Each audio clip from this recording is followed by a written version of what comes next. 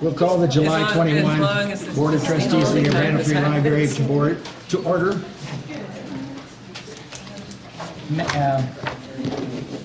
Beth, would you please proceed with oath of office?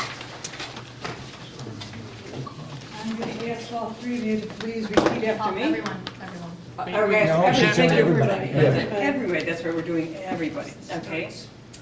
Can you stand? You want us to stand? Yes, please.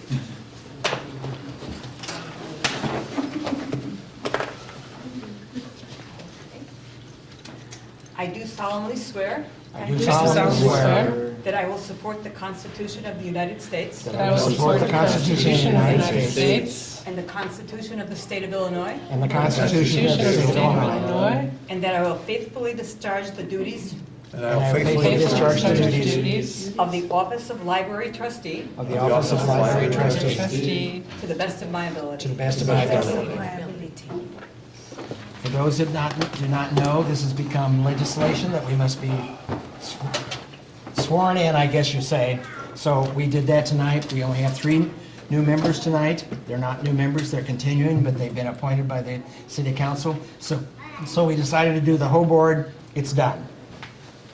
Roll call. What did you do?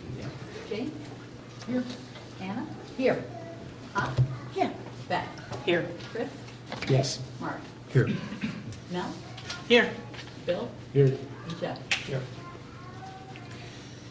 Do I have a motion for the improvement of the agenda? So moved. Is there a second to that? Second. All those in favor, please say aye. Aye. Discussion. Consent agenda. We have, Don't we talk about? what was the question? The consent agenda is the discussion I had. Okay. Is that it? Okay. We have the approval of the minutes of June 9. The minutes, they've been passed around here. There's only 3 copies of them, of the closed session, and those must be collected at the end of the session. Of the June, did I say July 9? I meant June 9. You said you. Okay. Of the closed session on June 9, the minutes of the special board meeting on June 25th, and the payment of bills June 17th, June 24th, July 1, and July 15th. Is there a motion to approve the consent agenda? So moved. Is there a second to that? Second. All those in favor, please say I aye. have discussion. Question? Yes. I had a question just about the bills. I didn't see a bill paid for the extra health insurance that we approved. Was that in there? It's each Yes. individual. You will see each individual name. But that was the extra full payment for the rest of the year? Those would have been on June 24. Okay. Yes. Okay, thanks. Thank you, Bill. I'm sorry, I didn't recognize you. All those in favor of the consent agenda, please say aye. Aye. Opposed, same sign. Very good. Petitions and comments. Communications. We have one person that is asked to speak to the board, and since there is only one, I'm not going to necessarily limit the time. So, Elizabeth, would you like to address the board?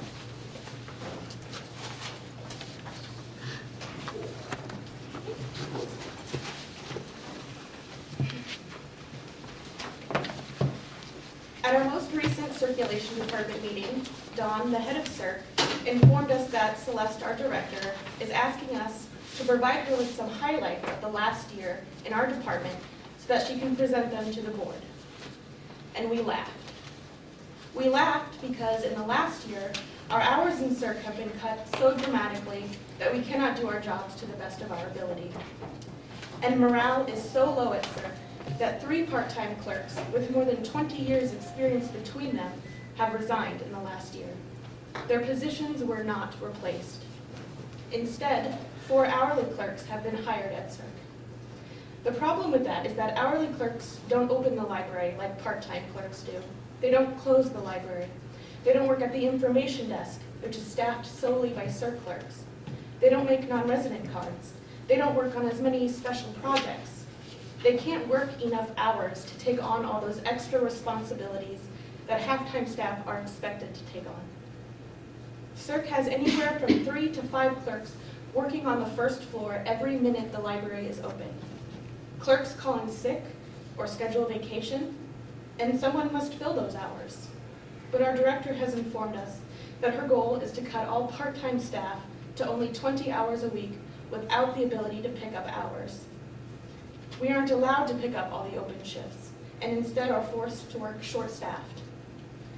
Our director says that the budget only allows for hourly staff to pick up hours, but none of our previous directors have made this claim or this distinction when picking up hours. And hourly clerks can't run the department alone, can't perform every task that circulation performs, which is so much more than just checking items in and out. CERC staff has expressed our concern that customer service is declining and workflow is backing up, with longer wait times for patrons and an increase in errors at the desk. I personally have expressed this concern to my department head, who has said she understands and has tried to speak to our director about this issue. I've spoken with our director about it. She has said numerous times that she doesn't mind if patrons have to wait in line longer. But we mind, and the patrons mind. Our director, when addressing the library's financial concerns with us, says she can't help but notice that staff salaries are the largest portion of our budget. And she has targeted part-time staff using a myriad of excuses, like the Affordable Health Care Act, which requires only that we provide a health care plan that is affordable to our full-time staff. We already do. This isn't an issue unless there's a plan to increase the cost of our health care. If part-time staff average more than 30 hours a week, we are considered full-time according to this act. But our health care is prorated with the more hours we work, and that makes our health care affordable too. Unless, again, there is a plan to change this policy, there is no reason to use the Affordable Health Care Act as an excuse to limit part-time staff. What our director does not address is that administration makes more than any department. In fact, according to the budget approved by the board at the June 25th meeting, the average annual salary for the executive and associate directors and the permanent department heads is over $77,500, while it is budgeted to give the average circulation employee almost $13,500 a year. My point is this: the circulation department, specifically part-time staff, is being singled out to bear the brunt of the library's financial burdens.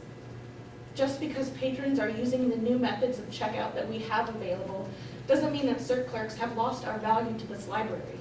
In fact, we have been given more responsibility, with half-time clerks working at the information desks on every floor of this library. Not to mention that a clerk is the one who signs you up for your library card, explains the opportunities the library holds for you, answers your questions. We are the first face you see when you walk into the library, the first voice you hear when you call. We unlock the doors of the building each morning and announce the all clear each night. And we're being forced out of the library. We're being forced to give poor service. We want to know that you value us. We want to know that you care. We want you to fight for us. But don't ask for the highlights of the last year, because there weren't any. Not for us. Thank you, Elizabeth. I have also been sent a letter by David Young, and we're going to submit this into the proceedings of this meeting as his remarks that he approved that I enter these into the proceedings of this meeting. Are there any others that did not file a card? Is there a way for you to talk about? No? No. Just asking. Not at this point. I think they'll be later. There may be later. Should be later. Okay, the presentations portion of the program. First of all, we have Michael Mallett as our accountant, and we hope to have a review of the process or at least the results. So, yeah, thank you for having me tonight. Thank you. What I'm going to be talking about is obviously the results of the fiscal year 13-14 audit, which are a little later than they normally come in, which I will get into as we discuss what happened during the course of the year, or that fiscal year. This is the first year as auditors for the library and also for the city. First year brings a lot of challenges and a lot of work for everybody involved, and I'd like to thank Celeste and Dougie. They did a lot of work for us to help us and let us do our job. We can't do it unless we have their help and their work to, get the things we need so that we can provide these financial statements to you. So really, the scope of what we did, there's two main documents we gave you, financial statements and then what we call our communication to those charged with government. The letter is probably the most important thing to look at this year. I'm not going to spend any time going over the numbers in particular unless you do have questions related to that. Just because you have them, they're available on the website. I know hopefully you've had a little time to look through them. What you really want to look at is the communication letter. And there's a lot of things that is included in here. So there are a lot of this is required communication on our end. So one of the biggest things we do is when we first come out, we kind of take a lay of the land, the controls, the procedures, and the processes that happen, and identify areas in which, what we identify risk areas. Now, you're a library government. You don't have a significantly large administrative staff in terms of financial accounting. This is common with pretty much every library I've ever seen, and I do quite a few of them. So a lot of the things in here are really unavoidable given the nature of the library and the government and the size of the government. We're still required to report those to you because everything we base is based off of an ideal situation where you have, a full city or village or county level availability of people to do this work. We just need to identify that to you. So some of these things in here are things that really, frankly, you should always have been getting commented on if you had not in the past. And also that you probably always receive some sort of commentary as we're required to just inform you of that. So I'll go through each one of these fairly quickly. If you have questions, just stop me, let me know if there's anything you want to talk about at all. So looking through the communication, there are really 4 key items we identified during the course of the audit. The first one relates to external financial reporting. We prepare the audit and the financial statements on behalf of the library. In an ideal world, the government would prepare their own financial statements. I have not seen a single library or any government of your size that prepares their own financial statements. It's a very time-intensive process, particularly if you only do it once a year. I do 20 myself a year. And it takes a good amount of time to get through these and prepare these and make sure they're accurate and include everything you need, including also making sure we're up to date on all the standards and all the things that go on, things that keep us on our toes. It's kind of a nature of the beast thing. It's something that every library, and frankly about 90 to 95% of governments, other than the very biggest ones, have to deal with. And what they do, you guys hire us to do that for you, and so you don't have to worry about incurring the costs associated with doing that kind of thing, or do the burden that it does place on people to prepare those. Since we are the experts in it, it makes sense. So it's just something you're always going to see. It's just kind of the nature of it. We present it to everybody just to let you know, make you aware. In an ideal world, you do it yourself. The next one is related to a couple what we call financial restatements of the prior year. During the course of the audit, we identified a few things related to the previous fiscal year 13 audit that we identified that rolled into this year in your beginning numbers that were not accurate in terms of an audit sense. Cash basis in and out, that was fine. There are 2 main things. One is how you recognize property taxes on those first couple statements, those entity-wide statements they call them. Really the first 2 you see. Basically, property taxes were being recognized a little early on that schedule. You're not allowed to recognize the second installment of your property taxes, given the way the state of Illinois works and how your property taxes get levied. Since it's utilized, for example, your 2013 levy, it comes in during 2014 split between your fiscal years. That second half really should be recognized in your fiscal year 14-15. Basically what happened, on your fund levels, we were okay. That's how it had always been applied. On that consolidated statement, they were recognizing that revenue a fiscal year early, that second half installment. So basically your beginning your beginning net position on that was overstated, but your funds, your general fund, your LO5, that was totally fine. So it only affected that kind of consolidated report at the front. And when we make corrections for this year, put that in the right year, does that get reflected in both years then? I mean, is there a footnote that indicates? Yeah, so in the statements themselves, there is a fairly detailed disclosure of what that effect is in terms of dollars and where it affects and why we made a change, how it was before, what it needs to be. You can find the page for you here. That's good enough, as long as it's footnoted, and from now on, we'll be in two separate years. It's an easy fix, and it's just more preparation of financial statements rather than any records that are kept internally. Yeah. But yes. Answer this at the end. Okay. But I'm asking now so I don't forget it. But, Okay. it's difficult enough to understand these budgets as they are, but with the tax payments spanned out over 2 different fiscal years, are there ways we can make make our statements simpler and easier to understand relative to the fiscal year and the sort of the tax payment year? Answer it at the end. I don't. Okay. You're on a roll. That is a very good question. I didn't want to forget. And I think everybody wishes it was easier. But I'll talk about this next one. Well, not easier, but simpler, so when we put it on the website, people can look at it and say, I get that. Okay, I'll talk about this next one real quick, and I'll come right back around to it. Okay. So the other restatement we made related to kind of the presentation of the foundation. In the past, it's always been presented as a fund in the library.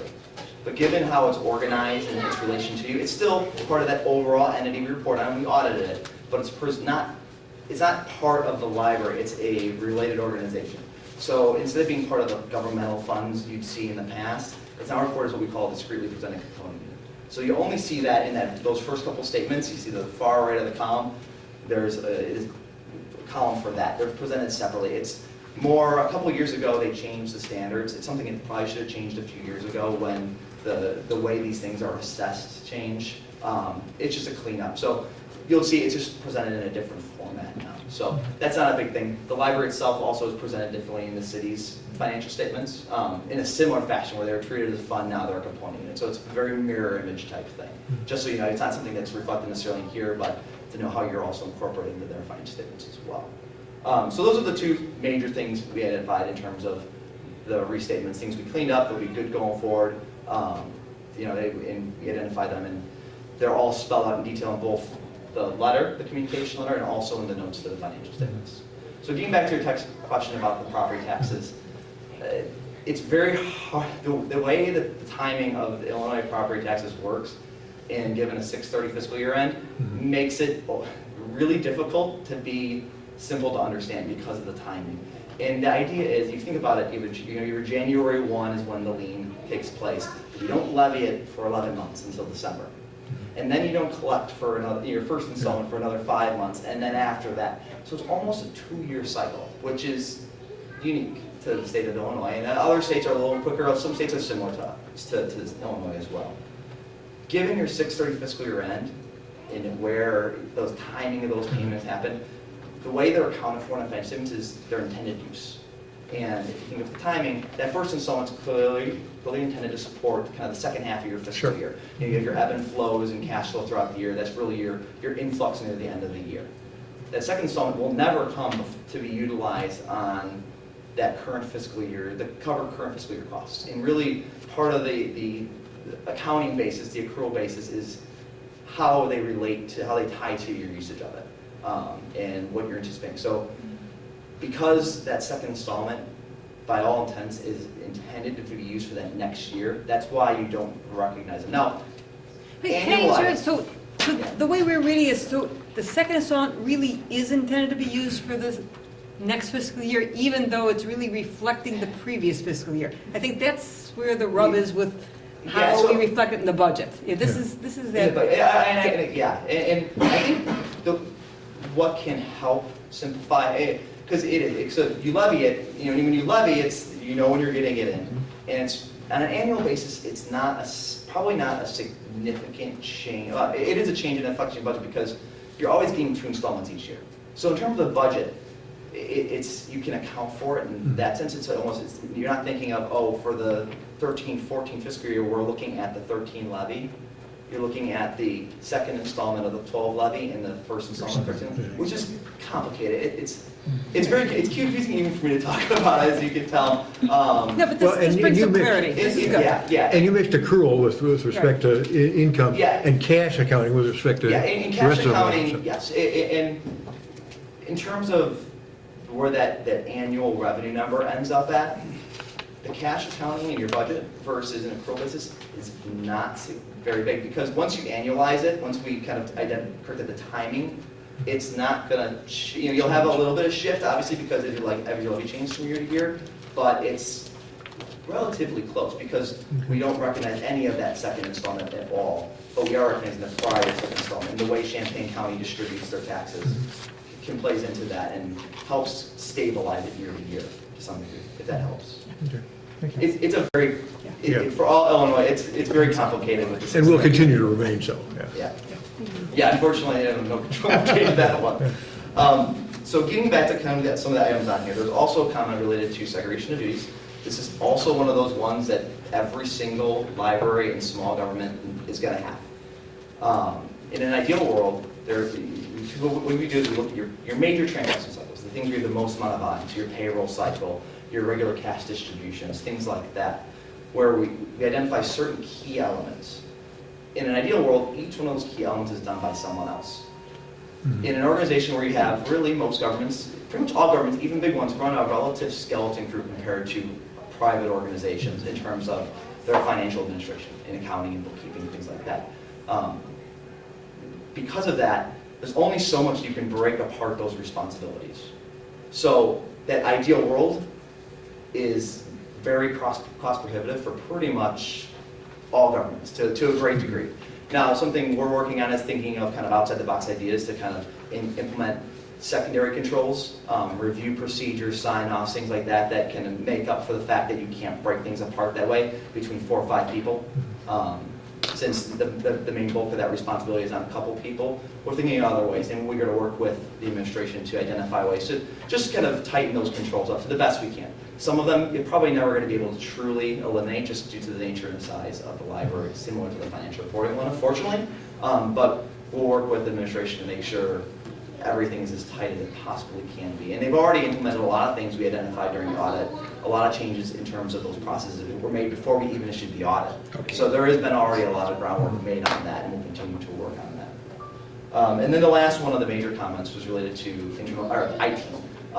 You guys run an old system, and I know you guys work with the city on that, so it's kind of out of your hands in a lot of ways because you do rely on that.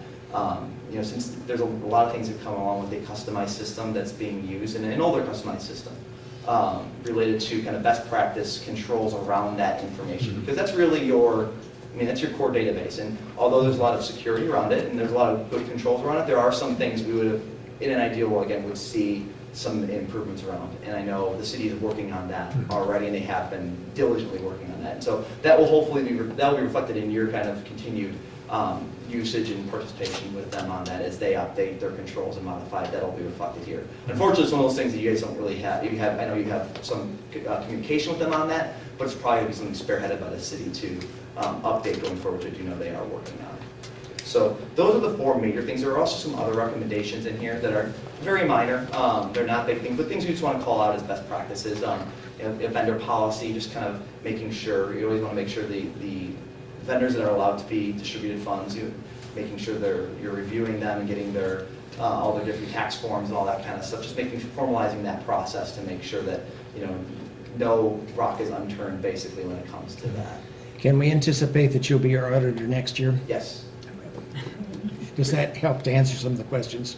I mean, after you've been through it 1 year, Oh. and they gave you lots of feedback, I know. Yes. So that kind of clears up some of the things. Absolutely. So what you'll see next year, and this is why we gave the management response section that's included here, we love seeing that included. It's not a requirement, but Celeste did include some information here as to how some of these things have been implemented and steps have been taken.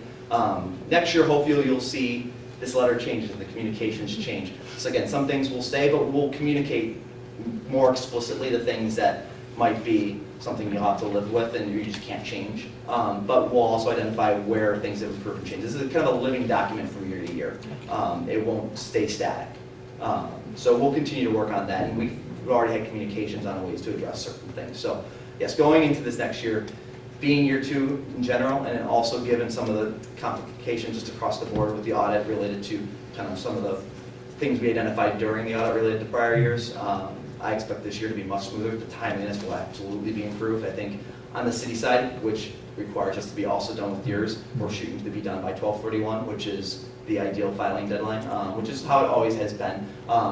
Given the hurdles on some things that we're working on more on their side than on your side, and unfortunately you guys are really tied together because there is some intergovernmentality, and for our purposes we always want to make sure that they're locked down on both sides. 131 might be a more realistic one. We're shooting for 12/31 within the timeline. We might have to extend a little bit, but it won't be nearly the extension that it was this year. And unfortunately, there were a lot of kind of perfect storm things that happened that led to that, unfortunately, for all involved, but really not anything reflective on the people who were here during the course of the audit this year, which I think is a key thing. And that's important. I think it reflects more on us being a first year at identifying some things and some improvements that just by their nature take some time to get to. Really, the only other thing I want to touch base on, in this letter, there is a kind of a little table that identifies some of the things down the road in accounting. There's only one we need to be concerned about, and it's related to pension reporting. Now, you guys have participation in IMRF, so you weren't. There's been a kind of there's two standards that came out. One went into effect for the fiscal year 14 audit. Doesn't reflect on you guys at all because it relates to the pensions themselves. So IMRF's report, financial statements, they had some changes basically on what information they need to disclose to the public in their report and how their actuary values things, and there's all sorts of technical stuff they need to do differently. That information, that first year, is now going to be carried over into the participating employers, you guys. So you'll be seeing, basically what happens is the analogy of, now you guys don't have a liability all related to IMRF because you make your scheduled payments, or the city, I should say, makes their payments on behalf of you. What will happen going forward, and again, assessing, right now, since the city does cover most of your costs, I don't anticipate anything popping up, but the notes in the back will change. There's a kind of a, you'll see different language going on in the future in terms of what we need to present in there related to that. Now, luckily for you, it's just IMRF, and it's pretty straightforward. They do all the heavy lifting and tell us basically what needs to be in there. I don't anticipate being a big change, but we just want to make sure you know that there are things on the way. And if it were ever to change in terms of the library having countries or whatever, if ever the situation to change, it will be reflected differently in the financial statements than it has been in the past. Basically, there's these actual calculations they've done that have always been information, and then a liability or asset is recorded based upon the required, what your required contribution is. And it would basically be a minimum payment that people are required to make, and it would fluctuate year to year based on that. Going forward, there's this liability or this big item, the unfunded portion that every pension in the country has, that pretty much, that was just information. Now that goes on those entity-wide statements. Now for you, probably won't be an issue, but I just want to make sure you're aware that that's something that if it does any situation change in terms of funding of IRF for your employees, it's something that would be reflected in that statement differently than it would have been in the past if you looked at any other government financial statements related to that. So just something to be aware of. Other than that, is that I won't go into the numbers or anything like that in the finance statements, but if you do have questions, please let me know. If there's anything else you want me to talk about, that would be great. I guess one last quick thing, just to let you know, I always have to mention this, is that you guys are the ones who hired us. Although we work with administration on the day-to-day basis, we work for you. So if there's any other questions or comments or things you want us to be aware of, please always let us know. It's always an open door.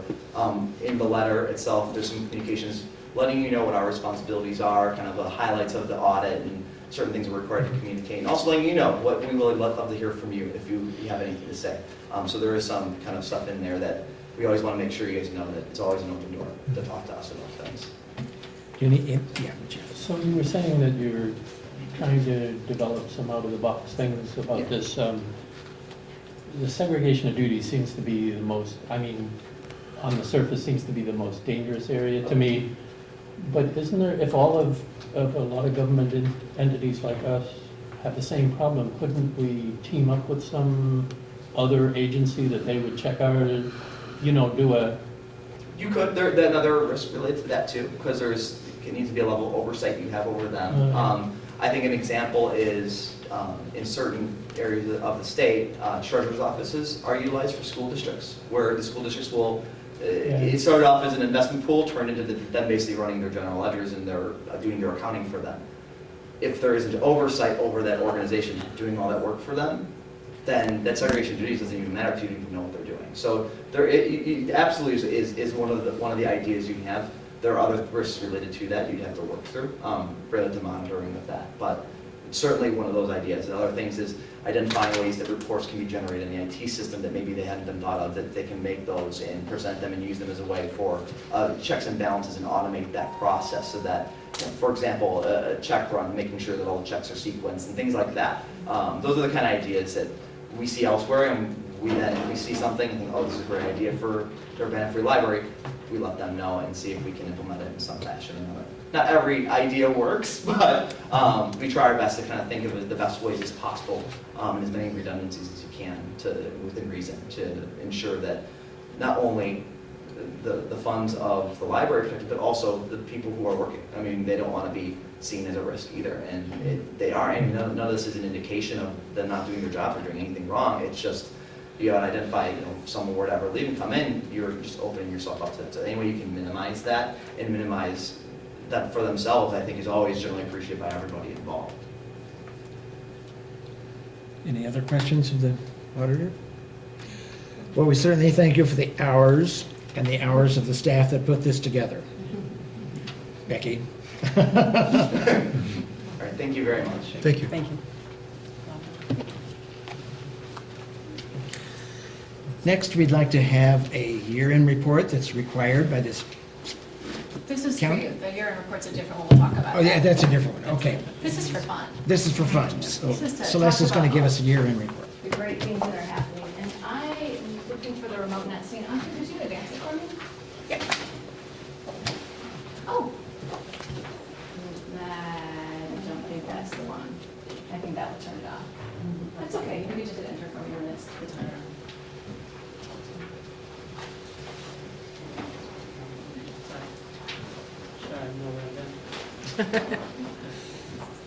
So there's a beautiful picture of the wonderful mural that Heather and Jenny worked on and designed to highlight the summer reading thing, which is about music this year. So we're excited about that. They do this every year. It's been about 30 years that they change out the mural in the children's department. It's a big highlight, and just wanted to put it up there because it's really a great fun thing. And it's something that kids look forward to when they come in to visit with the mural and look at the characters and enjoy that space.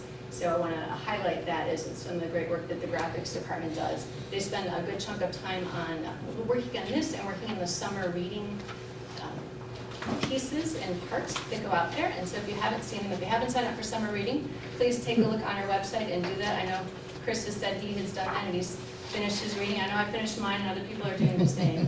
So I want to, this is one part of what graphics does to support our library patrons during the year. Anka? This is a very dark picture. It's darker than I thought it would be. This is, of course, the entrance of the library. So it's more dark and brooding than I thought it would be. But this is the slide at which I was going to talk about some of the hard points that we faced in this year. Elizabeth and other people have spoken about the difficulties that the library's experienced. So I want to first say that the library experienced a very significant budget cut this year. And although libraries across the country are limiting their open hours to the public, near and far, the Urbana Free Library continues to provide excellent customer service, materials, and programming with its regular 70 hours a week. So even though we took a very large budget cut, the library remains open to provide access to all the great things that we provide to our public the same 70 hours a week. The access to the Wi-Fi, the access to the amazing staff that we have, to the collection, to the meeting spaces, to all the things that happen in the library. We provide access 70 hours a week, and that hasn't changed. Now, difficult staffing changes have been made in response to the limited financial resources that we have and to changing patron demands. What our patrons are asking of us and how they're using the library and its collections is changing, and we're being responsive to that, and we will continue to be responsive to that. We've made difficult choices, and no staff member has lost their job. Everyone who was hired here and wanted to remain on staff remains on staff. I understand that people are upset, and I would be upset too if my hours are being cut. Absolutely. I wish that I could offer everyone a full-time job that wanted it here. But the library is not in a financial position to be able to do that. I'm proud of the work that the library has done and of the great staff that allow us to make the contributions to our community that we do. So that is what I'd like to say to start. I'm also very pleased that last year when staff received 2 sets of raises going back a couple of fiscal years, that was able to happen in the library's budget. Although it was advocated at the city level that in the past, as in the past, when raises occurred at the city, money from the city, extra money flowed to the library to increase the revenue that came in. That didn't happen last year. We had to find that money for the raises for staff for 2 years in the library's budget. And we did that. So all staff did receive raises last year. So I'll have the next slide, please. And that is a lovely picture, although again, slightly dark. If this was a super dark room, this would be beautiful, and I apologize, next time I'll be more careful with the pictures I've chosen. This is a picture of the slow and steady statue that was taken earlier this year with the sun glinting off the clouds. And slow and steady, I think, is a good analogy for some of the work that we needed to do in this library over the past year. This is the part talking about the foundation building and creating a strong infrastructure so that the library can continue to serve its public well in a sustainable manner. So, for example, you, the board, how many times did you evaluate and pass policies this past year? You worked really hard as we brought you different suggestions to create a stable structure of policies that were compliant with state and federal laws and best practices. And we will continue to do that with you. There are still a number of policies that we don't have that we need to have. For example, there's no anti-sexual harassment policy yet, no bloodborne pathogen policy yet, and we need to have these things. As well as looking at policies that might govern how people use the Teen Open Lab and thinking about copyright. As the world and as what we offer changes, what policies we need to have changes, and we will continue to address those with you. So thank you for the time that you have given to the library to provide a stable environment.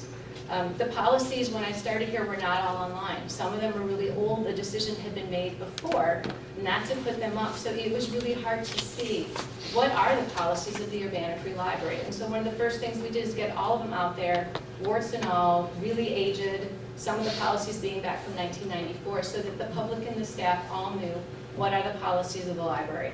And I am appreciative of the places where the staff have certainly said, hey, this one needs to go next, or hey, here are some things I see wrong, can you fix this? And I always encourage that. All staff were paid to read the current updated policy manual as part of their work. A couple people volunteered to take it home. We said, no, this is important that you do this as an employee here at the library. So everyone has read the updated policy manual.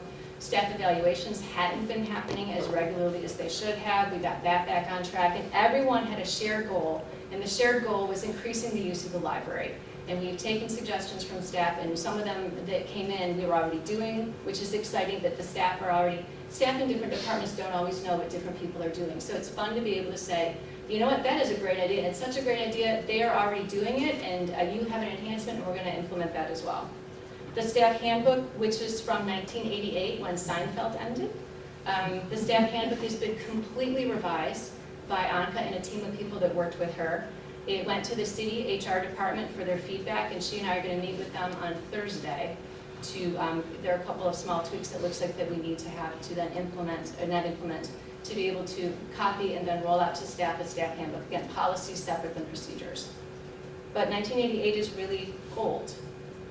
And it made it hard for staff to know what they should be doing, where and when, and what standards are they being held accountable to. So we want to have an updated one for them, and we soon will. We have new statistical sheets. Mary and people worked on determining what are good key performance indicators to bring forward to the board on a monthly basis in a way that helps us gather information that we need to give to the state library so that we can report on the great work we're doing and not collect information that isn't being used.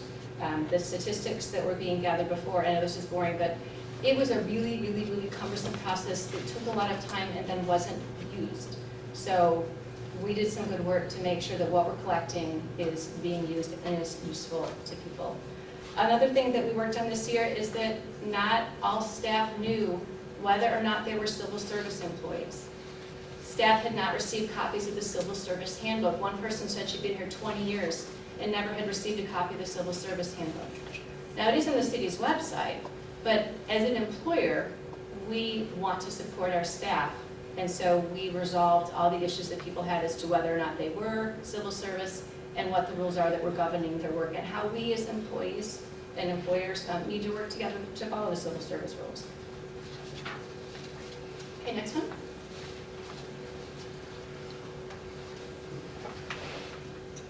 This is something exciting. This was the library's 140-year anniversary. We spent a year celebrating the things the library can do and does do in the community and bringing forward information about each of the departments to the community. This was so much fun. Each department brought forward different plans. They either blogged or they came up with programs. We had cake and ice cream. There were concerts. we engage the public in celebrating, again, how the library can serve them and how the library has been supported by them for 140 years and how we hope to move ahead for 140 years more of service. So our programming is up this year, just as an example. We had an additional 102 programs, which is up by 13%, and we had an extra 2,160 people attend the programs. So that was a total of almost 800 programs and 27,746 attendees. That is awesome work, and I'm very pleased. And our public was very pleased, or they wouldn't be coming here. So I have some more. There we go. Circulation was down last year. Circulation was down by almost 50,000 items. I'm very pleased to say that circulation is up this year. Now, it was down by 50,000, so this year it's up by 30,000, still lower than it was before. So we're taking a look at where the circulation is happening and things like that. So very happy that it's up by almost 31,000. 804,040 items were checked out. If we go to the next slide, here's a snapshot of today. 26,133 items were checked out, worth over $500,000 checked out and in the hands of our public. And that is exciting. That is about 10% of our collection. And one thing that we've been looking at is taking snapshots of different parts of the collection and seeing on a given day how much of a particular collection is checked out. And we were surprised at some of the results, and we're looking at, for example, looking at the youth and adult CDs. The adult CDs, we've got tens of thousands of them behind the circulation desk upstairs. On several different days when we looked, only 6% of the collection is checked out. Now that is an amazing collection that's been curated by staff over a period of years, either accepting donations or purposefully picking particular items that adult services staff and actually an acquisition staff member helped to purchase different items. 6% seems like a low number for the richness of the collection. So we're looking at, again, bringing the collection out from behind the desk so that people can self-select the items that they would like to check out.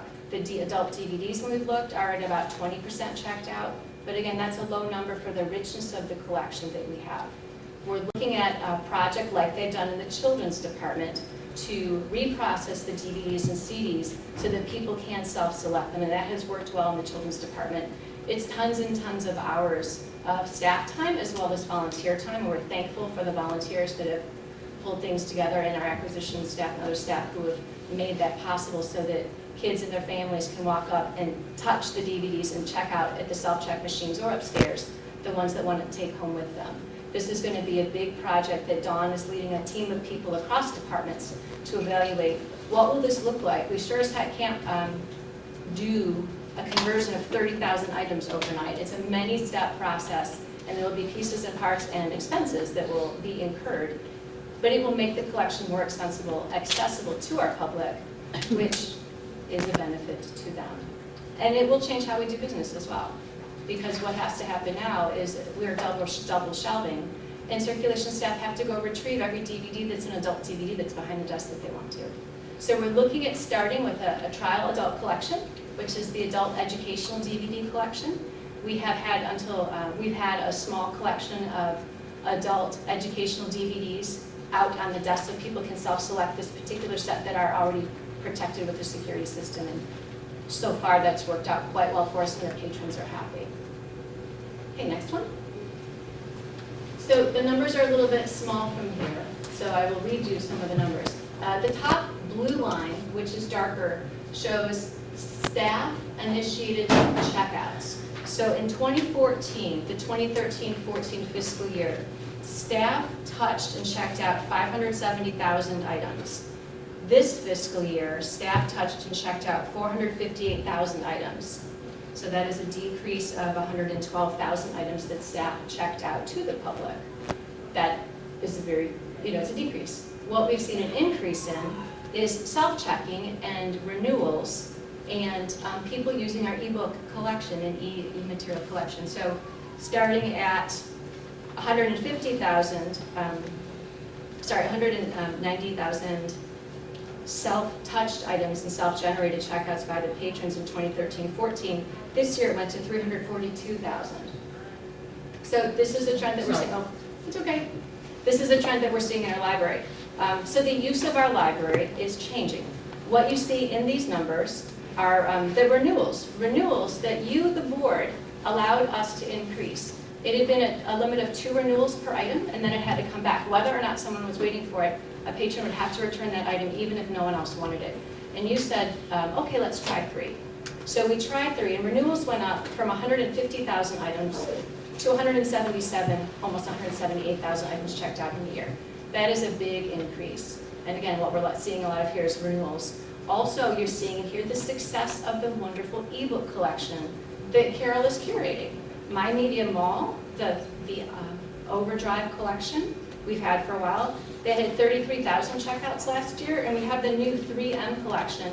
1,700 items, 1,700 checkouts have happened with that. So just under 35,000 items that you see reflected there are patrons saying, I want to check out these ebooks or e-audio, and then doing it for themselves.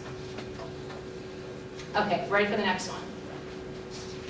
So I mentioned that programming is up, and this library is known for its wonderful, rich programming. So we'll talk about the Fairy Tale Ball. This is sponsored by Fred Schlipp and his wife, Diane, who donate money every year so that we can host the Fairy Tale Ball, which is this extravaganza from 6 to 9 once a year in the early spring. We had over 1,600 people attend this year. It was amazing and fantastic, and people planned that weekend around attending this event. This year, the Summer Reading Party 2015 kickoff had over 150 people attend. And it was one of those miserable days. And so what was supposed to be an outside event was the snow cone machine. Had to cancel the snow cone machine. But we had it inside, and people are crammed in the hallways, and team volunteers came. It was really phenomenal the way that people came together, even on a yucky weather day. 150 people came to participate in Summer Reading Kickoff. We currently have over 1,000 people signed up for summer reading across all ages. And something that started last year, which was new to us, is having an adult summer reading game. So this is just the 2nd year of the adult summer reading game. And the program is growing, given the hard work that people are doing, getting out in the community and talking it up. We had a life-size Candyland event. 132 people came in this auditorium to walk through Candyland Lane and meet Princess Frostine and have all those kinds of fun experiences. There was a Frozen party. This room was so full. They were going to ice skate on pieces of paper as one of their activities, and they quickly realized, staff said, that ain't going to happen. So there became a snowball fight, and they crunched up the pieces of paper and had a snowball fight instead. We're going to have an upcoming Lego Palooza event. It's popular at libraries to have Lego contests. This will be our first one, and we anticipate it's going to be very popular with guest judges. So I'm excited to see how that goes. And currently, we are planning, we being not me, but the people doing the hard work, are planning a cross-departmental Star Wars all ages event. And in part, this is going to be sponsored by another donor to the library. Another big program, we've got, that's okay.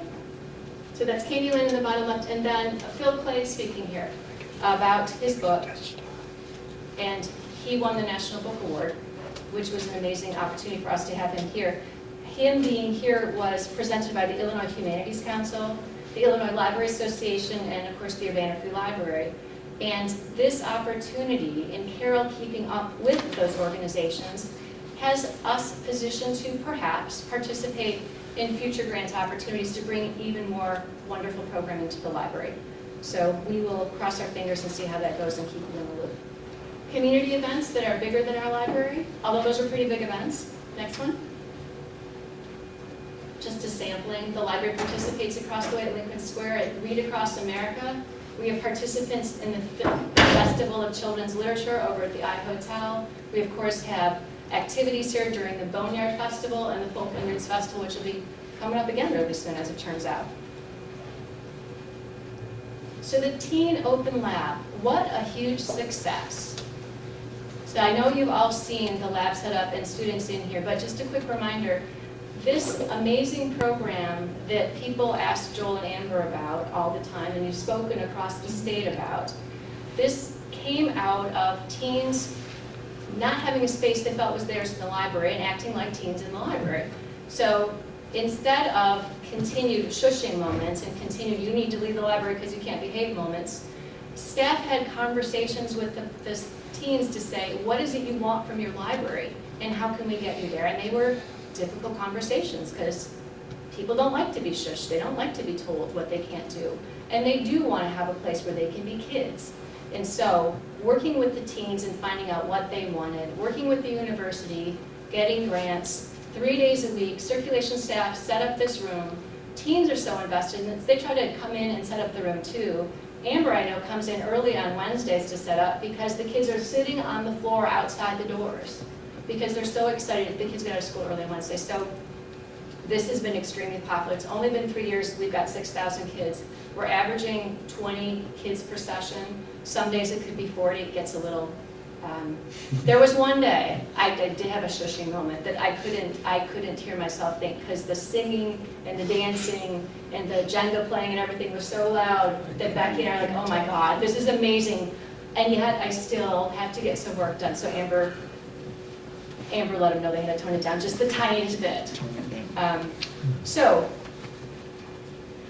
this year, 609 volunteer hours given. Some of the kids that are too old to be part of the Teen Open Lab as kids have come back to volunteer, and they do a fantastic job, which gives them the opportunity to be a mentor. The kids who are little kids, or that are teens still, that are younger, and some of them are little kids, they're middle schoolers. They're teaching each other all the time, and they're teaching the staff how to do things, and they're teaching us what they want. This is self-generated and self-directed, and it is really very special.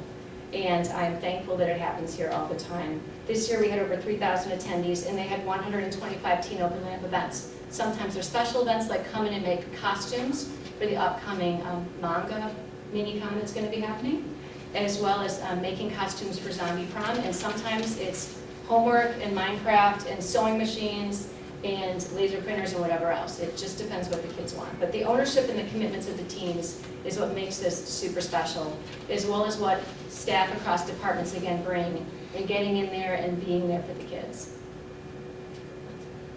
So here are some other partnerships.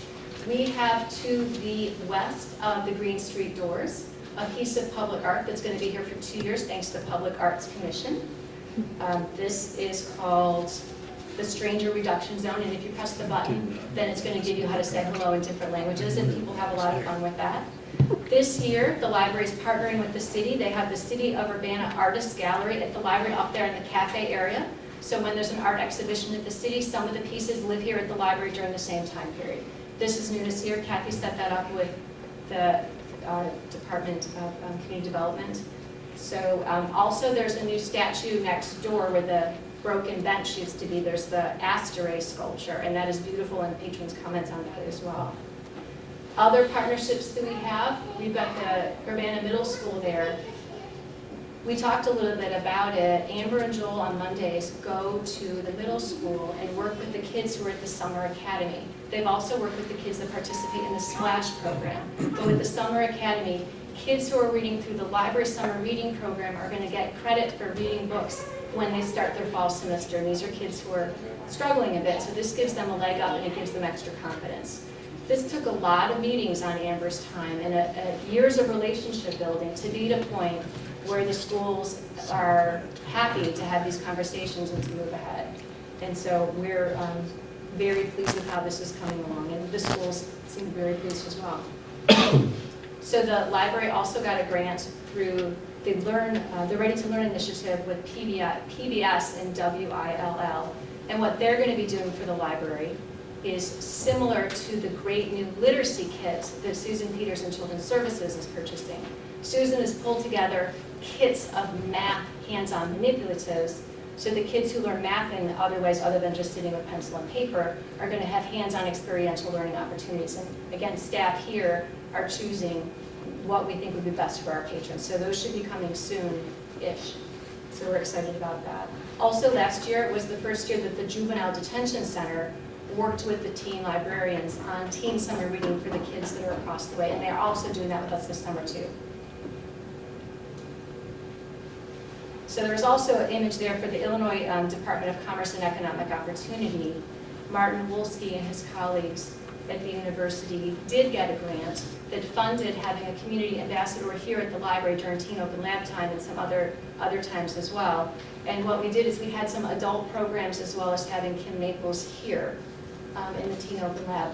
So adults and youth as well had the benefit of the DCEO grant to help bridge the digital divide. And the focus of this grant was not to say, you need to learn in this way. It was very project driven, so that people would come in and say, I want to get to this end point. And staff would help them get there in the way they wanted to, as opposed to saying, we offer these computer classes in this way. And the Teen Open Lab is a perfect example of that. Kids come in and say, for example, I want to make a dress. Have you ever sewn before? No, but I want to make a dress. We're like, all right, let's make this happen. Or I want to do this thing. And again, sometimes staff don't know how to do that thing. And so we learn together. Or I should say they learn together, because I'm not doing this work. My colleagues are doing this work, and it's fantastic. I wish I could do this work, but they don't let me. So, demystifying technology, we had this program for adults to have hands-on experiential learning with the computers and being more comfortable with technology. Some people aren't as comfortable, but it is a part of our world and we want to support that. Other programming, Read at the Market, brand new partnership with the city as well. So the first Saturday of the month is Urbana Free Library, Read at the Market. The city's promoting that. Jenny and Heather came up with a wonderful logo with the farmer's market rooster in the read, and there's, I would say Carol, reading to a delightful young man. We had the first couple of months that we did this, 450, 500 people come to the tent. July didn't have as many people, but it was Gussy Up Your Bike Day to celebrate 4th of July, and we gussied up bikes and wheelchairs and things like that. A wheelchair, I should say. Mary was there for that, and it was hot, and it was fun, and it was a good time. So reading at the market is a great thing, and there is a rumor, perhaps there'll be Read at the Sweet Corn Festival. So they've reached out to us, we'll see how that goes. Next slide. Another opportunity for the library is we're building on our volunteers. So we use volunteers specifically in departments to do particular tasks. And over the past year, we've seen a decrease in volunteer hours, in part because some of our very devoted archives volunteers are of a certain age where they're not able to volunteer in the way that they used to before. So we've seen a decrease in some of that volunteering. But what we have recently started, with Eleanor in circulation spearheading this, is garden volunteers. So the Herb Society gave the library years and years and years of loving care of their members, supporting the landscaping and the maintenance of the grounds, and they're not able to do that anymore. And so we are working with new volunteers who don't have gardening experience, and we're helping teach them so that they want to contribute in this way, and we're giving them these opportunities. The Friends of the Library are the ones that pay for the flowers as well. So the beautiful grounds of the library are supported in different ways by our community. So here's some information on last year's summer reading. The next slide. So again, summer reading was spark a reaction for the teens last year, pause to read for the kids. We had the wonderful hamster, Furball, who got adopted by Laura later, which was wonderful. The Reading Awards prize was for the adults. Now, what's nice about this one, why I wanted to show this one, is it shows the book and the glasses outside. And what we tried this year as a new thing is we had a couple of Read at the Park opportunities. The library hasn't done a ton of outside programs because, of course, the weather can be an issue.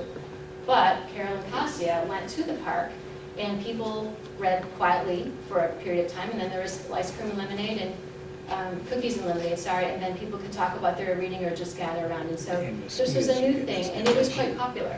So that is sure something that we will consider doing again. Okay, next. So looking at new stuff at the library, vinyl is coming. The library has purchased a collection of vinyl LPs. What is old is new again, and we are excited to launch that soon. Part of what you got in your board packet are potential changes to the circulation policy, which will allow us to set this and these other collections up in a way that we think will best serve our patrons. But we can't launch them until you vote, because you get to determine what the policies are. So there's two things there. Vinyl records are coming, and then the literacy kits, the hands-on literacy kits, which are in clear backpacks. Susan Peters saw those at a different library. They hold up very well, and it's very visually appealing that you can see what's in there. And we are excited about that. The literacy kits are, have been, a $500 donation was made to the library, and we told the donor that we would put it towards literacy kits, and we have his name on the website. And I don't want him to say it, so I won't. Science literacy kits may be on the way next, depending on how these goes. Glenna Spitzy, for whom Megan's room, who donated Megan's room in honor of her daughter, who passed away as a young person, has donated $12,000 over the years to the Library Foundation, being held by the foundation to be used in support of children's services. And so we've talked about things that she is passionate and her husband are passionate about, and again, serving kids and having hands-on experiences at the library. We've talked about if these kids go well, then having more kits, like whether it's energy meters that you can use for your science fair kits, whether it is going to be telescopes or microscopes or plaster casts or plastic casts of dinosaur toes and such. We're going to take a look at that, and she's put the money aside and she'd like it to be spent, so we'll be evaluating those new things as we move ahead and see how these current kits work. All right. Here's where we're going to talk about some of the great things Adult Services has done this year. This was a great, fun, little pop-up idea. It was on Mustachio Month, and it was guess the mustachio face bearded person. And so you can see just to the side, famous authors with their famous facial hair. And then people got to match the name of the author with the person in the photograph, turn in the entry, and then we drew winners. So it was fun, it was a pop-up event, it was wonderful. So also, the library this year has partnered with Scott Bennett's office, and we've had a couple of different events. Mary spearheaded a shredding event where people could bring their tons of materials to be shredded to a commercial shredder that was parked across the way, thanks to Mr. Daniel Weaver-Lott. We've had people come in and talk about utilities and how people can take control of their utility bills. And then we've had the DMV come out twice because, of course, locally we don't have a DMV office. And those events were very well attended. Other community groups have partnered with Adult Services. The New Diabetes Coalition came here, and they had a really well-attended holiday foods program featuring local chefs that came and talked about how you can still enjoy the holidays if you are diabetic. And patrons who came said that they learned a lot, and this is, again, going to change people's lives coming to events at the library. Joel and Amber, in particular, did a bunch of outreach. They went to the Illinois Library Association and were part of the Maker Showcase. Jeff Ginger was there from the Community Fab Lab, and using our equipment, he did a 3D rendering of Secretary of State Jesse White's head and torso, and then printed it and sent it to Jesse White, who, of course, is responsible for all libraries as well. So that was a lot of fun. And Joel participated. And Joel, sorry, I didn't see you back there, Joel. I didn't know you were here. So yes, we did all those. That was great. Joel talked at the University of Illinois Urbana-Champaign Public Engagement Colloquium talking about the Teen Open Lab. Joel went to ISLAMA, which is the Illinois School Librarians Association. Yeah. And then Amber went to the IMC Day of the Girl Rally, the Makerspace Heartland Exposition, District 116 Educators Resource Expo. Mary is regularly at Clark Lindsay Village, and I can't walk in the door for Rotary without someone saying how great it is that Mary comes, how she and Carol have come and help people set up their ebooks. Again, our staff are making a difference in people's lives, and this is great.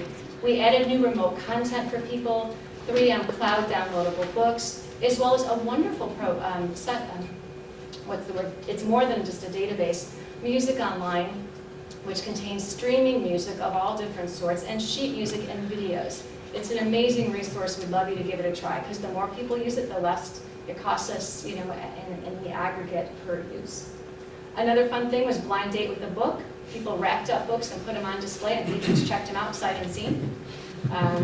There was a wonderful treat yourself with scrubbing salts and stuff Valentine's Day program that wasn't just ladies of a certain age. It was people of different ages, men, women. It went really, really well. When I came in here, it smelled fantastic.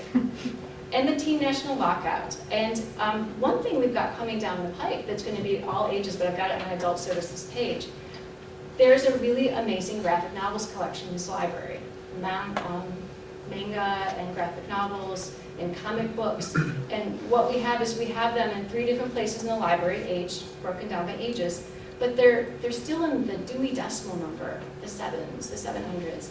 That's not as helpful to patrons as it might be as if we arrange them differently. So it is our goal in the next period of time, and the period of time is to be determined given on staffing levels and availability, but we have an amazing resource in our community named Carol Tilley, who teaches a class and talks about graphic novels. And so it is our goal in the next period of time to look at our collection and see if we can have GISLA students work with us and think about what it would take to reorganize that collection to make it more accessible to our community. They check out really well, and it is a great collection. It is on our list of things we want to do to enhance our users' experience of the library. Next, thank you, Anka. This is your slide for your department. Local History Online. 10 years. Local History Online has been around 10 years. It's the one convenient and comprehensive single search access point to the holdings of the Champaign County Historical Archives. If you haven't used it, you should take a look. It's got over 700,000 items in it. It's an amazing resource. It allows people who live in our community to use their resources, but it makes Champaign-Urbana accessible to the whole world. This year, Local History Online, we began taking online payments, which took some tweaking of how the website works. And searches of the site have skyrocketed, so that is really great. And the orders have gone up, which means income has gone up. People all over the world want access to our records, and allowing people to pay online with a credit card versus having to send a check and make the check go back and forth in the mail. It's really made our access, we've made ourselves more accessible to our community. Next year, in 2016, the Champaign County Historical Archives turns 60 years old.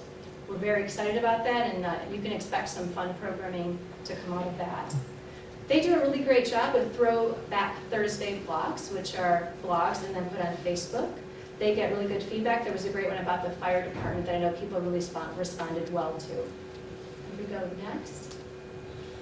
This is one of the books of Joseph Cunningham that was donated to the Board of Directors of the Cunningham Children's Home. We talked about this last year. This is really great. What the Board of Directors of the Cunningham Children's Home said is, like the archives itself, his life and words are a gateway to the history of this community. So we have these journals of Mr. Cunningham, who's this really important person in our community. Keep them safe in the vault, but we have access to them in a way that we didn't have before. We were thankful to the Cunningham Children's Home to donating them to the library for safekeeping. We also want to thank Champaign County for its support over the years of the archives. They provide funding the past few years of $24,500 a year to support public service desk service at the archives.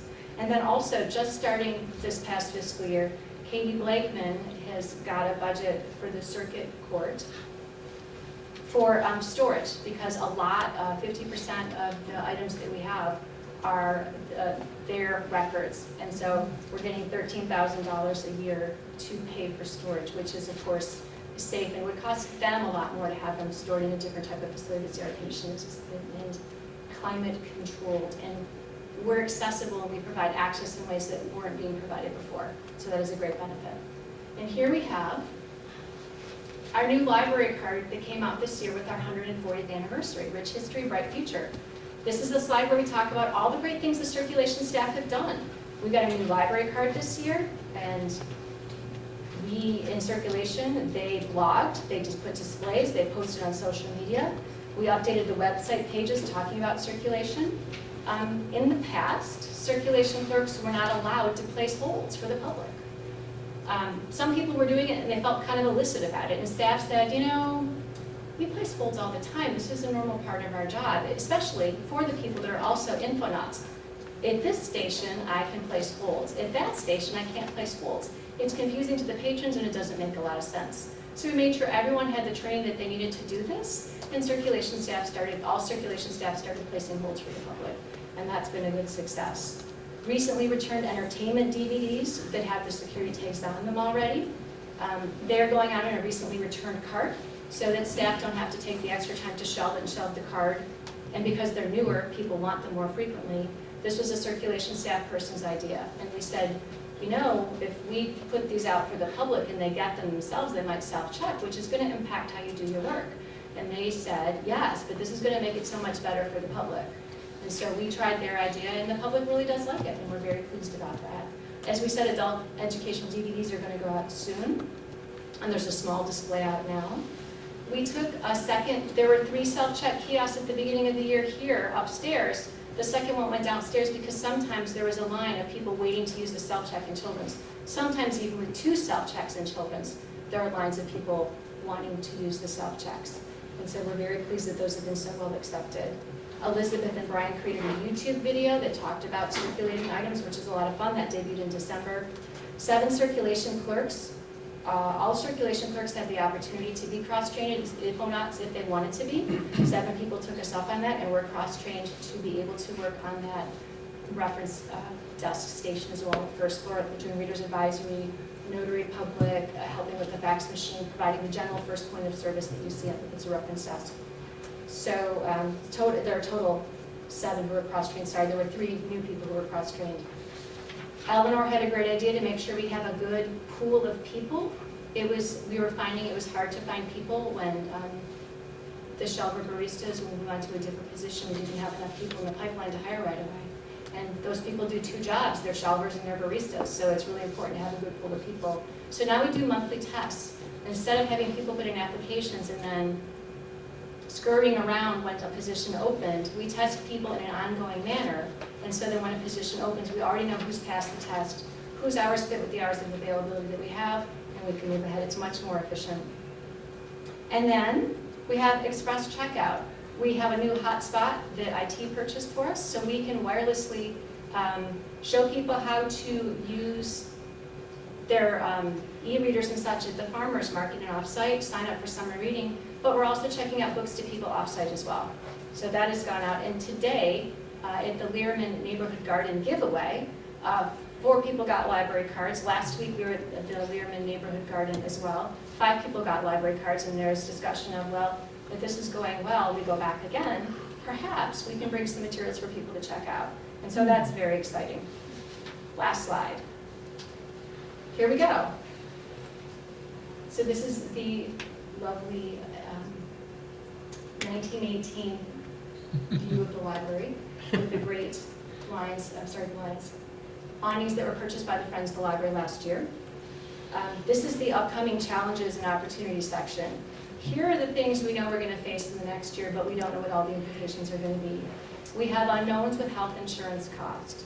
We know for sure that some people that were receiving the health insurance reimbursement plan are not going to continue to do that because it's not offered anymore, because we can't do that anymore. This person and other people are already indicating they will be joining the library's health insurance plan come January, which for a full-time employee is over $7,000 a year. So that is going to be a change to the amount of money that we're spending in health insurance. The Affordable Care Act has reporting requirements that go into effect in January.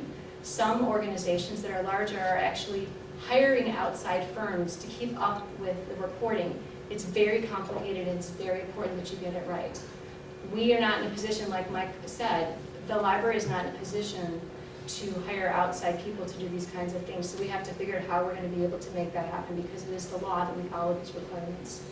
We have upcoming capital expenses. We don't know when the air handler or boiler are going to go. There are issues that we've had with different parts of the building that we're evaluating and fixing. We know that we have separation costs. Some employees have indicated at some point in the next couple of years they'll be retiring. They have maxed out the number of hours they can have, vacation hours, and we're going to need to pay them out. We don't have a separate fund for that. And if everyone leaves on the same day, it would be very sad and very expensive. So we're looking at how we need to prepare for those things.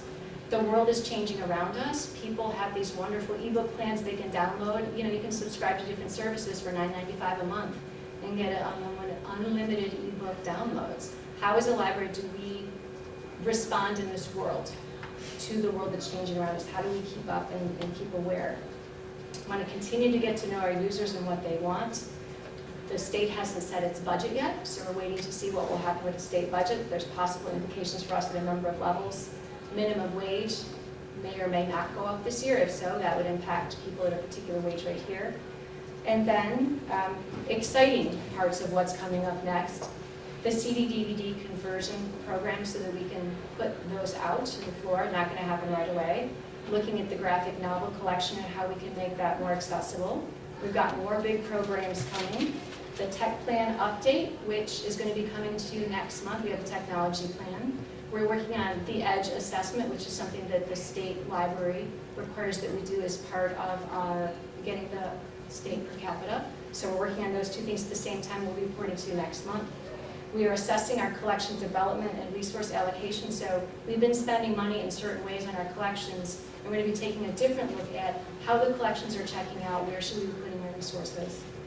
Long-range planning, we talked about that a little bit. We'll be picking that up and bringing you more information about that so we can move ahead. And that's just a piece of it. This library is running and moving all the time. Any questions?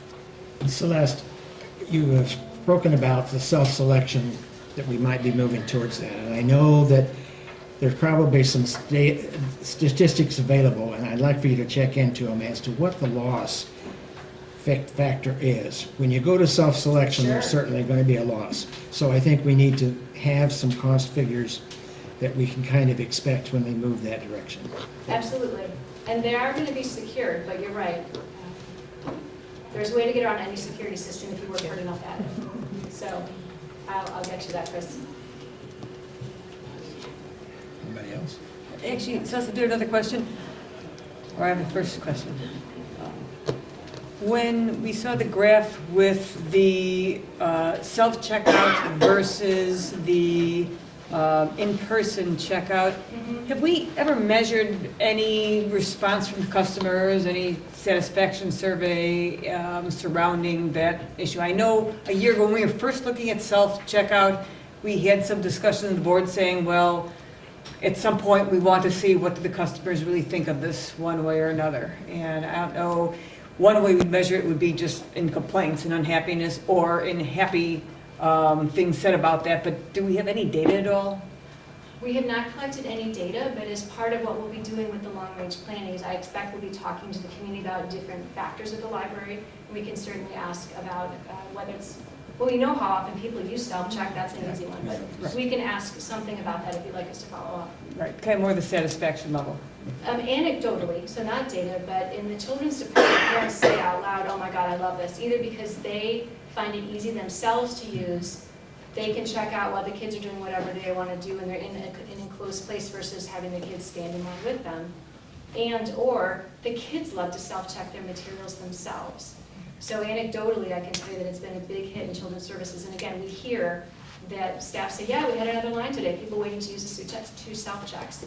I have seen lines on the first floor for the adult, but not as often as children's services staff have told me. But that's still anecdotal, Beth.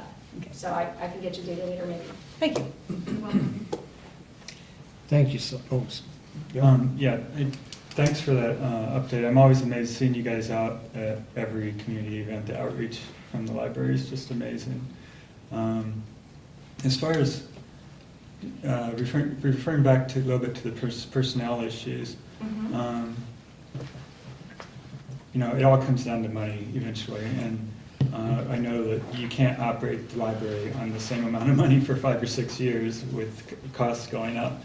So I understand, all the shifting you've done to try to accommodate the clients, I keep calling them the patrons, without having a great impact on the patrons. But obviously there's a value to having the experienced employees, and with the loss of 2 or 4, did you say 4 in circulation? 3 in circulation that have left. And I wonder if you could just provide some visibility going forward as far as, do you see this as a permanent sort of thing where the experienced employees would never be able to go over 20 hours, or do you think that eventually we'll be able to allow them to pick up shifts again as other people have left? I mean, you have to have a certain number of experienced people doing the work, right? Right, absolutely. And so currently, circulation staff are working over 20 hours a week. In part, we recently had a person leave, and those hours are being picked up by part-time people as well as hourly people. What we're looking to do is find a balance of availability and flexibility and budget. So we evaluate when anyone leaves, what the right thing is for the library to do with that available position. Are we going to fill that position or not, would be the first thing to ask. And then how will we fill that position? So currently, again, part-time people are picking up the hours that were budgeted for a part-time person, which includes the benefits, vacation, sick, personal time that were budgeted for that part-time person. So we see that 20 hours a week that were budgeted going to part-time people is kind of a wash because it was budgeted at that level. So that currently is happening. People are working more than the 20 hours a week.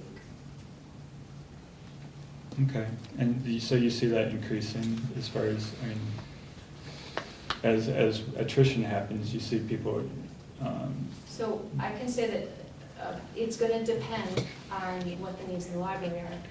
We evaluate every time, would we turn this position into a full-time position? We look to see a part-time person is left, an hourly person is left. Where are the needs of the library and what can we afford to do? So as people continue to have their lives outside the library and make their own decisions, we will continue to look. It is not my goal to only have hourly staff. That is not a goal that I have. Now, I will say that our hourly staff do a really great job serving the library. And the way that hourly staff get good at their jobs is allowing them the opportunity to work on the desk and get experience. So we brought in a couple new people, 4 new people specifically in the circulation department, and they're doing a very fine job, which allows us flexibility for when people do need to take vacation time. Where we have the flexibility to say, okay, let's have a special project. We know we can call some people in to cover the desk. But they don't get better if they don't get the experience. okay. I guess the only other question would be, how do we know when we're having an impact on the patron experience? I mean, obviously they're going to suffer at some level when you keep the budget the same and the expenses go up. Either there's not going to be, if we don't spend the money on purchase of materials, then they won't be able to find the stuff that they want, or they won't be it won't be timely materials when they want them. So how do you go about trying to, what you've done is try to balance that to reduce the effect on the patrons, but as part of that, you must also consider the morale of the staff and how that affects patrons. Mm-hmm. And have you seen, I mean, it's hard for us to get a real good indication when, a half dozen people come. We're not here every day, and we aren't sure exactly how many people are affected. And can you give us just kind of your own impression of overall morale with the staff? And have you had any feedback from patrons about either morale or lack of services or waiting in lines, anything like that? Thank you for asking. So I have had one question from a member of the public about whether or not we cut back services and not being clear, so I followed up with a reference clarifying question, what are you looking to find out? And he said, the person said, it seems like you have fewer people on the circulation desk, and I said, at certain times of the day, at certain times of the week, that's true. We continue to evaluate how many people we need to serve most effectively. So in some cases, we are pulling back the number of people. Staff have also spoken out and said, for example, Thursday nights are slow. Months ago, staff said, Thursday nights, we're slow here. So across the different desks, we pulled back because staff called it out and said, this is not a time we need to be spending the library's money to have extra people on Thursday night. Staff recently said, we're feeling really overwhelmed on Saturdays. Saturdays are getting really busy. Can we have another person on Saturday afternoon? So Don and I talked about it, and we said, yes, of course. And we figured out how to do that within the current budget. So we added extra people, an extra person on Saturday afternoon. Don has recently received feedback from staff saying, we don't need, generally speaking, as much time as you have budgeted for Saturday afternoon. So we're seeing this as a dynamic situation. You have to set a budget for something you know that you can live within. We have a set budget. Compared to the 13-14 budget, we're down of all income almost $200,000. Things do get more expensive every year. Staff did get the retro raise and the raise last year, and we anticipate a raise this year once the state gets everything all set. So it does cost more, and we have to be cognizant of that. You asked about how we make different choices and balancing things out. The state has standards for libraries, and they would like libraries to spend 12% of its budget on materials. And so the state also says about 60% should be spent on staff salaries. 70% is an upper limit, including IMRF, FICA benefits and all that. We're currently at about 72% for staff, salaries and wages and compensation. So I'm not flustered by an extra 2%, but it is something that I keep my ear to the ground that the state is putting standards forward that they like libraries to follow. We need to be aware of that. This is going to be, as a service institution, a place where most of the budget is going to be spent on staff. That is my expectation.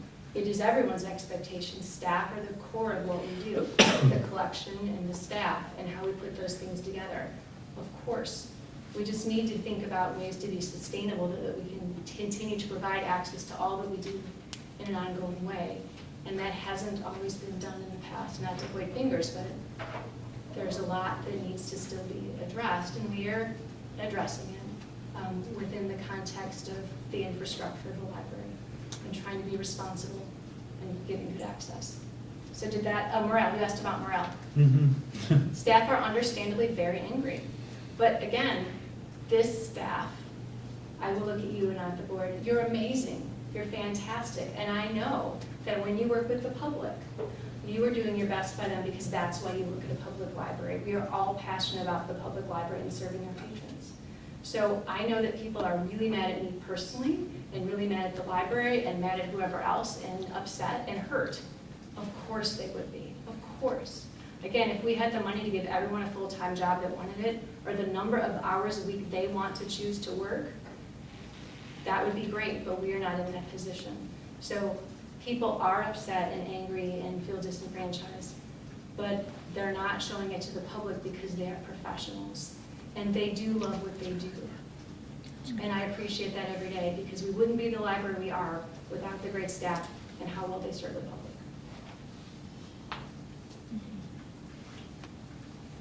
Thanks. You're welcome. Thank you, Anything else? Celeste. Anybody else? I'd just like to thank you for this amazing year, and the fact that there were so many people in this building in the course of the year, I think shows a certain level of appreciation. So I thank all of you. And, I think we'd like to keep it thank up. everybody. Yes, absolutely, absolutely. Thank you. Okay, let's move into the items for action or discussion. Building and grounds, any report or action? Seeing none. Technology? Seeing none, we move into the finance. The first thing we need to, is I'd like to have a motion to approve, to accept the audit. We do not approve it because it's, it's in concrete, but we have to have a motion to accept it. Do I have Move such a? to accept? Second. All those in favor, please say aye. Aye. Thank you. Okay, approval of the FY14 budget fund budget. Building fund budget. Do I have a motion? Move approval. A second? Second. Are there questions? Do you need to review anything, Celeste? on it? No, just, it was, page 44 and 45 are the audit, and this Yeah. is what the auditors approved as that. And the way our policy is written, the board approves it after the audit has been accepted. Yeah. All those in favor, please say aye. Aye. Opposed, same sign. Okay, now the next one is the FY14 trust fund budget. Is there a motion for approval of that? Motion. Is there a second? Second. Any questions? Celeste, anything to contribute there? Nothing. All those in favor of the approval of the FY14 trust fund budget, please say aye. Aye. Opposed, same sign. Okay, approval of the FY14 library sales fund budget. These are all separate items, and that's why we've got separate things here. Is there a motion to approve that? Motion to approve the library sales fund budget? Is there a second? Second. All those in favor, any discussion? Celeste, any? No, I got Okay. nothing, we're good. All those in favor, say, please say aye. Aye. Opposed, same sign. Approval of the final one of the FY14 grant fund budget. Is there a motion? Move approval. Second? Any discussion? If not, all those in favor, please say aye. Aye. Opposed, same sign. Wonderful. They're all on the books. Okay, we have before us the Public Use of the Meeting Rooms Act. It was quite explicit. Basically, what we did was define, I mean, we kind of said the conference room, the meeting room, and the two study rooms, and some of the rules there. If you've all had a chance to look at that, I think you had it last meeting. Is there any questions? A motion to approve? So moved. Second? Second. Is there any further discussion? If not, all those in favor, please say aye. Aye. Opposed, same sign.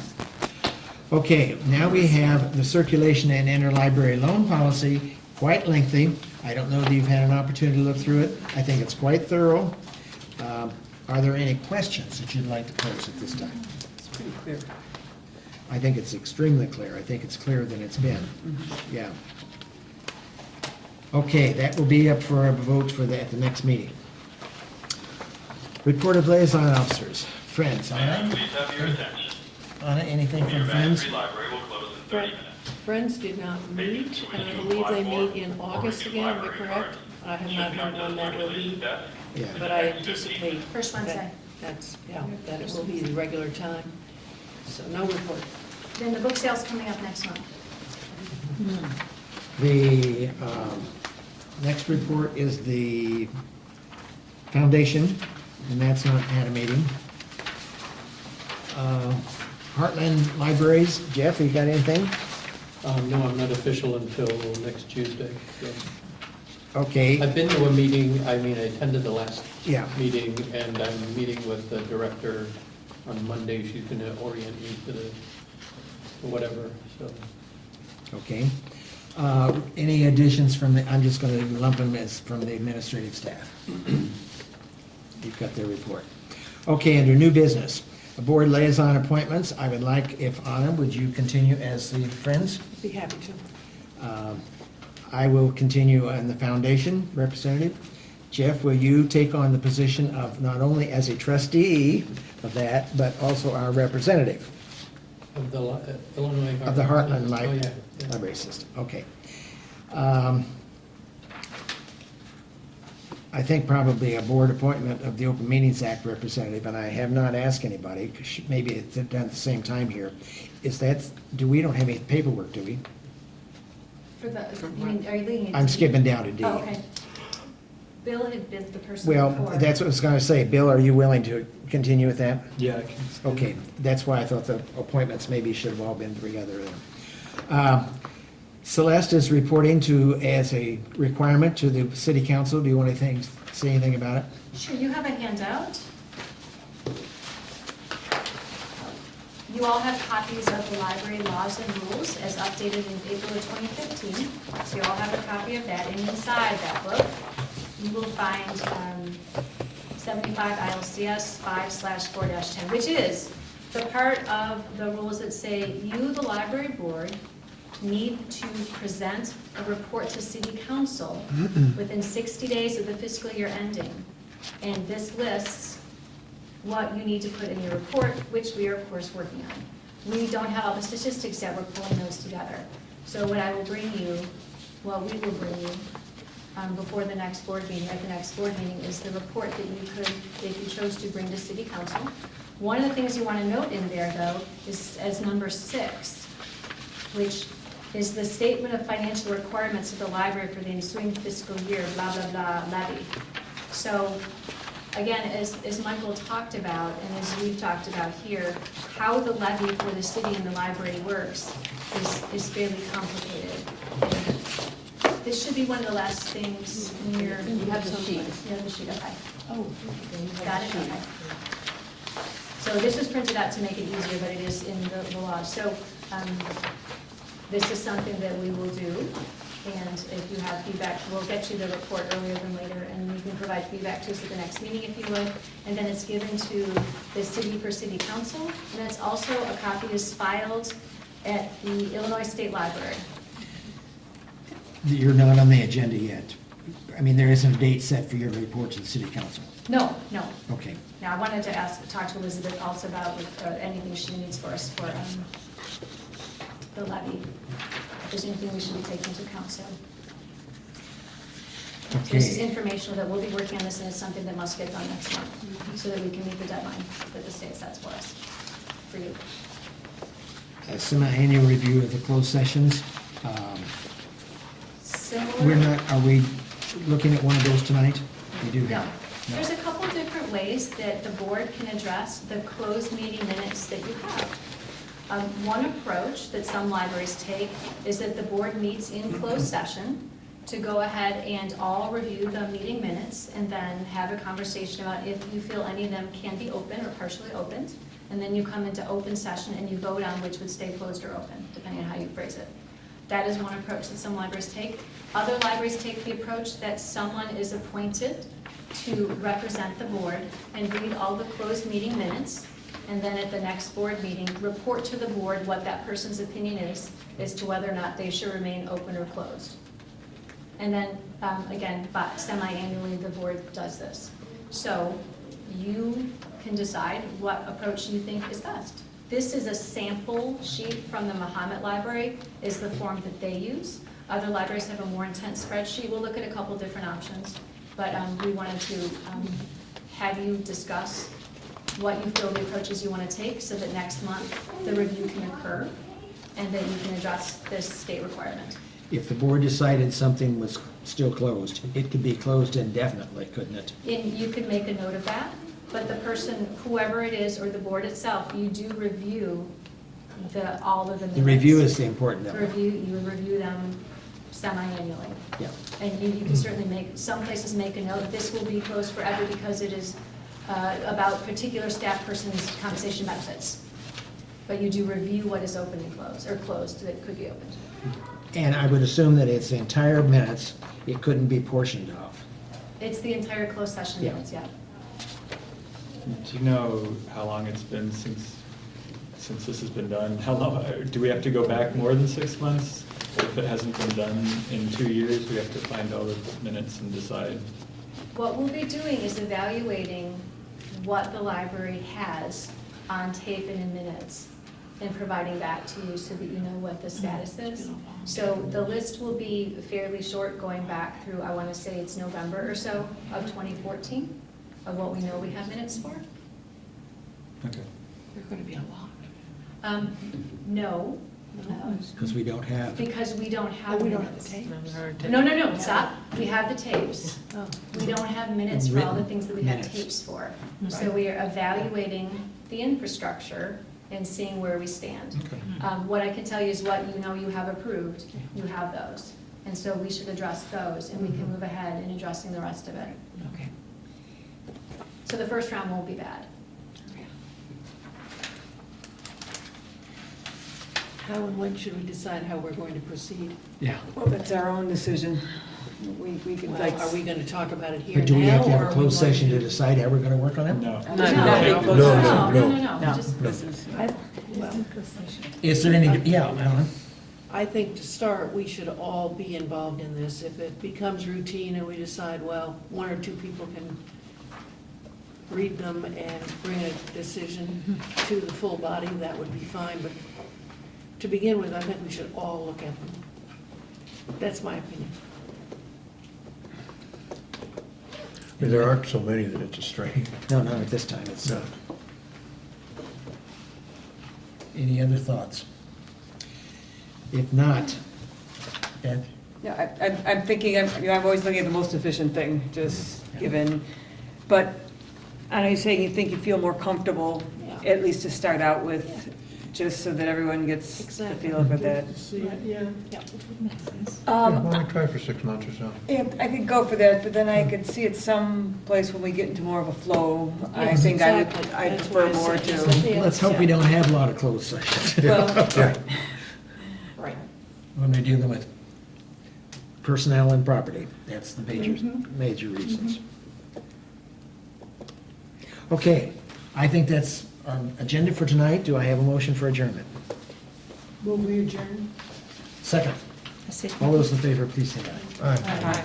Thank you, thank you, thank you.